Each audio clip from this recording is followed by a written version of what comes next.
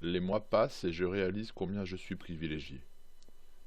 Pendant que le reste des salariés travaillent, moi je suis payé à jouer, danser et chanter. Alors évidemment, par décence, quand je mets le pied dans la résidence et que l'odeur familière des lieux m'accueille, j'accroche un sourire sur mes lèvres qui ne me quittera pas de la journée. Je passe sur mes mains une goutte de solution hydroalcoolique et c'est un automatisme. J'enfile un sourire, comme les comédiens enfilent leur costume. Une animatrice a ce devoir. Telle une danseuse sur ses pointes, elle fait risette. Même en appui dans des chaussons au bout en bois, même figée avec une jambe en l'air. C'est de la communication de ce sourire que se créera l'alchimie qui rendra les gens heureux ou pas. The show must go on. Cet après-midi-là, j'ai improvisé un atelier chanson d'antan aux deux. Le chant est l'un des ateliers les plus sûrs et les plus simples. Les airs d'autrefois font voyager les résidents. Ils ravivent la mémoire de ceux qui ont tout oublié et redonnent parfois la parole à qui ne parle plus. L'atelier chant touche tout le monde, à la seule condition d'être en capacité d'entendre. Elle n'en est pas responsable, mais Madame Rivière est totalement sourde. Elle ressemble étrangement à la sorcière de Blanche-Neige. Les mêmes cheveux blonds filasses, le même nez crochu, les mêmes lèvres rentrées dans la mâchoire, les mêmes ongles longs et recourbés. Les enfants qui viennent ont peur d'elle parce qu'elle a des poils durs sur le menton et qu'elle postillonne sans son dentier. C'est pourtant une gentille dame dans le fond, mais dont la paranoïa développée par la surdité se traduit par l'emploi d'expressions aussi brutales qu'imagées. S'il y a une seule chanson qu'une animatrice doit connaître, c'est bien Mon amant de Saint-Jean, à égalité avec La Java bleue et Le petit vin blanc.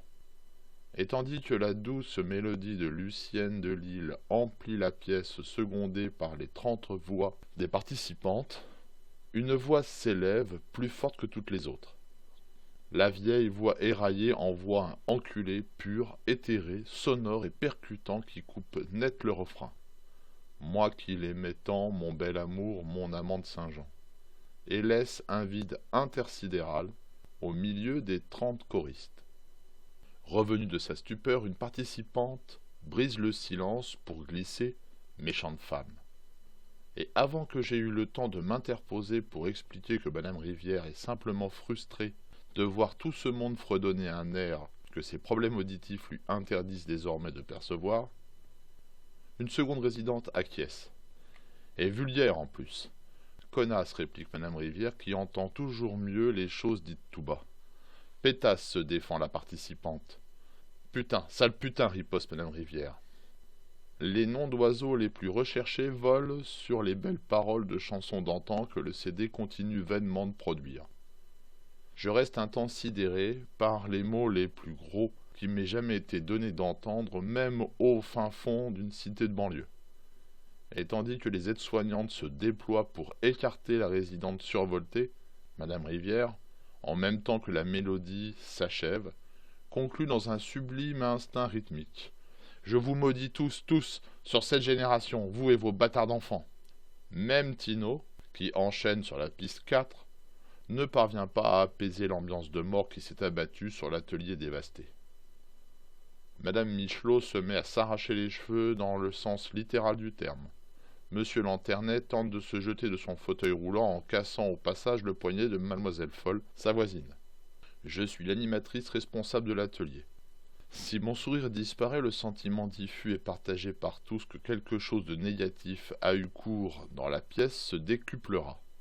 Alors, tout en me faisant maudire sur cette génération par la sorcière de Blanche-Neige, telle une danseuse étoile qui s'est retourné un ongle dans son chausson, je souris à la ronde. Au final, on ne décomptera qu'un poignet cassé, un col du fémur fêlé et 7 crises d'angoisse. Ça aurait pu être pire. Je suis exténué. The show must go on.